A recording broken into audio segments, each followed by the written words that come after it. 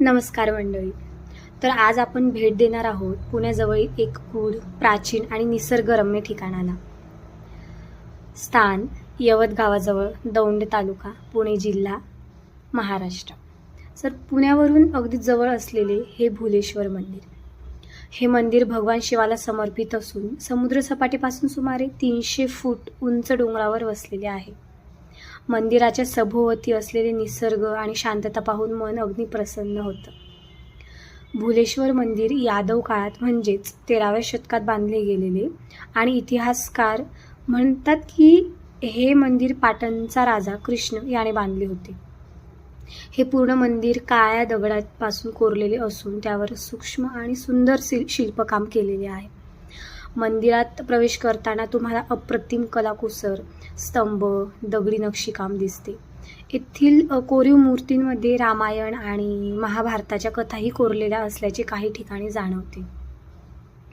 मंदिरात असलेले प्राचीन शिवलिंग अत्यंत पूजनीय आहे. महाशिवरात्रीच्या दिवशी येथे मोठ्या प्रमाणात उत्सव साजरा केला जातो आणि हजारो भाविक दर्शनासाठी सुद्धा येतात.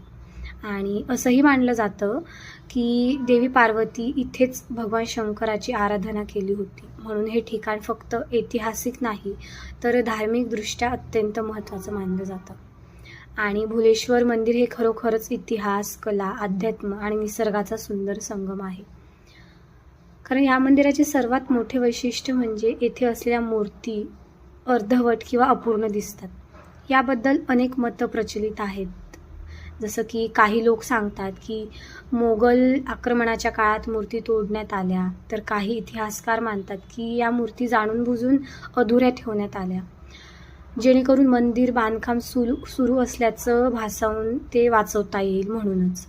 तर काहींचं असं पण म्हणणं आहे की यामागे काही धार्मिक किंवा तांत्रिक कारण दडलेलं असावं. ही गूढता आजही पर्यटक आणि अभ्यासकांना भुरळ पाडते. म्हणजे ते अजूनही प्रचलित झालं नाही की का ह्या मूर्त्या असं अर्धवट आहेत. अनेक लोकांची अनेक मतं आहेत त्यामागे. तर भुलेश्वर मंदिर हे खरोखर एक इतिहास, कला आणि अध्यात्म निसर्गाचं सुंदर संगम आहे. येथे एक सुंदरशी महादेवाची पिंड आहे आणि त्या महादेवाच्या पिंडीसमोर एक भव्य असलेला एक नंदी आहे. तो पण दगडात कोरला गेला आहे आणि अत्यंत सुंदर असं शिल्पकाम केलेलं आहे, कोरीव काम केलेलं आहे. लहान मुलांनाही नक्की आणा. त्यांनाही एक उत्सुकता असेल की का असं झालं असावं आणि याचा इतिहास मुलांनाही नक्की सांगा. आणि मंदिर फिरून बघा, प्रत्येक मूर्ती जशी बोलायला करते. थँक्यू.